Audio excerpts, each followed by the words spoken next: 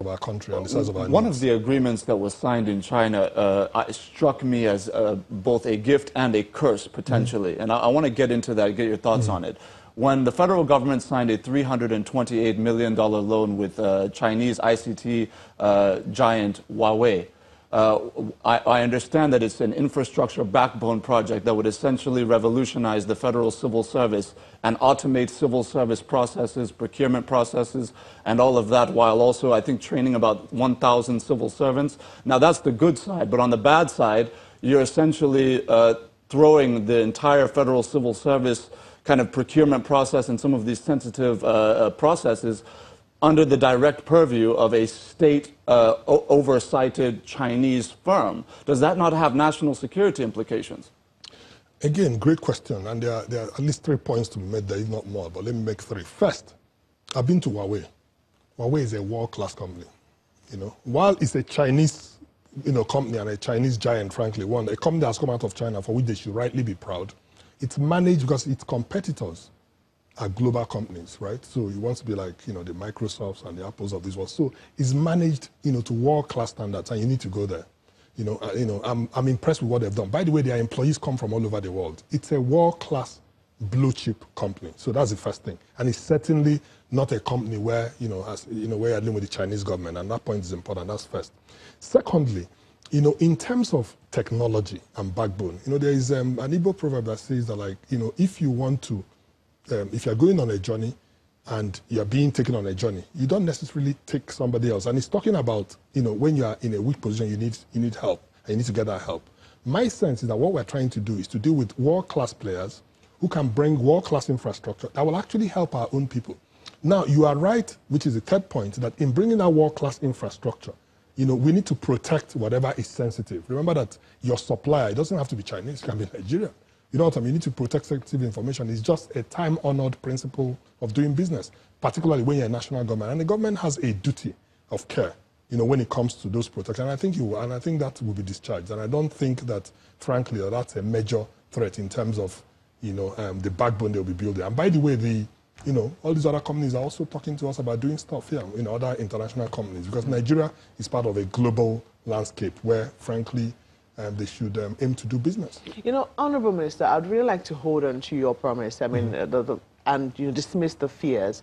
But then we've seen in the past how we sign agreements, and oftentimes we see that the implementation is carried out largely by Chinese firms. They are also looking for markets where they can, employ their own people. And we've seen that a lot of the infrastructure that they promise Africans are usually implemented by Asians. They're usually implemented by their own people. So that even the jobs that our own people can do are done by the Chinese. Are we looking at those areas as well and seeking to correct them, or is it something we're also Absolutely. It's a very valid, it's a very valid concern and a very valid issue to watch. Even before I joined the government, as a private sector player, I was already part of this discussion. In other words, people were bringing up, the Chinese, particularly if you have Western investors, which some of us did, and what they're doing in Africa and whether, and I think it's a case of buyer beware, right? Nigeria has, pushing close to 200 million people, 180, 190, pick your number. The point being that, like, employment of our people is our singular most important need, and we cannot but pay attention to that. So I agree with you that, like, whatever we're doing first, it has to check the box that you will create opportunities for our own people. And I don't think anybody will say it's unreasonable. Even the Chinese are on the defensive, because remember, this accusation is on them, which is why they are saying, whatever we're doing is for the good of, the people we partner with. So, but I still agree with you that in every project we go into, we need to be specific on how it will create jobs for our people and how we will avoid this crowding out risk, right? That the Chinese will bring people here to crowd out employment for our own people. And that's something we take very seriously. Are you looking at it specifically in the agreements that we're signing? Because sometimes they say, oh, it is included in the agreements. That's the reason why. Or sometimes they say, oh, it's just so that we can build the infrastructure. When we're done, they would hand it over to Nigerians who would largely operate it.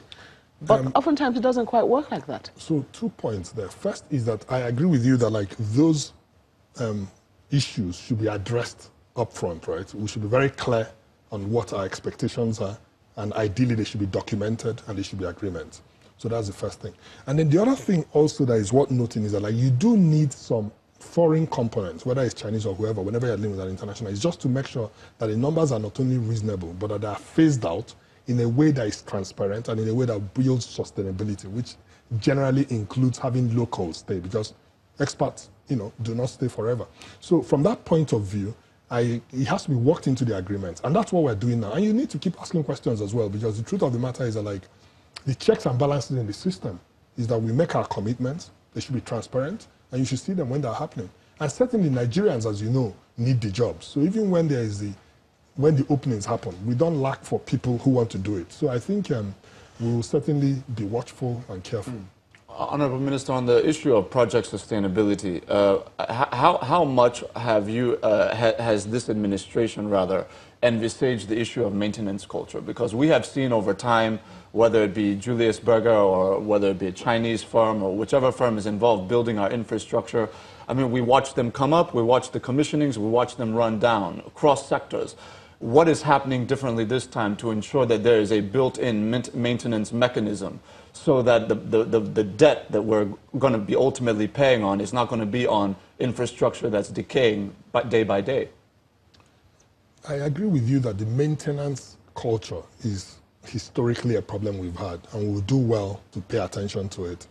And the starting point is, again, in both the conceptualization of the projects and in the execution, during the stage they call, the EPC stage, engineering, procurement, construction, to plan for the operations, right? That's best practice.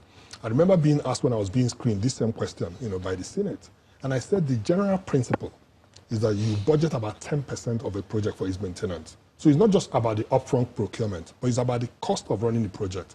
And then the further principle, when you obey that general principle, is to make sure that the project, as part of sustainability, either generates the income, right, to pay for that as it goes along, or at least there's a revenue model that accommodates that.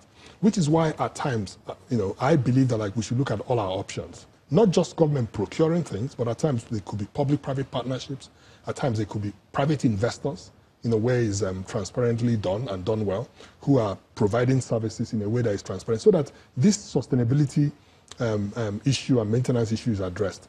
Most of the great firms, most of the good firms that know what they're doing, also think about maintenance, when they get into construction or into projects. But I think as a country, you are right, that we shouldn't just be interested in the upfront procurement of projects, but also in the maintenance of those projects. Well, even from the time of about 2011, we used to hear from the former Minister of Industry, Trade and Investment, Olusegun Aganga, about Nigeria's industrial revolution, and there were these big, kind of buoyant terms used about how there's going to be this revolution, and Nigerians have looked and said, well, we're not seeing that. Where is it? When you talk about kind of industry and trying to really revolutionize the way industries operate in this country, what would you tell Nigerians about what you have been able to accomplish in the last 3 years as opposed to all the noise we've heard over the last 10 years about it? I'm glad you asked that question because, first, I do agree with you that our predecessors, and in my own case, my predecessor, Shegu Aganga,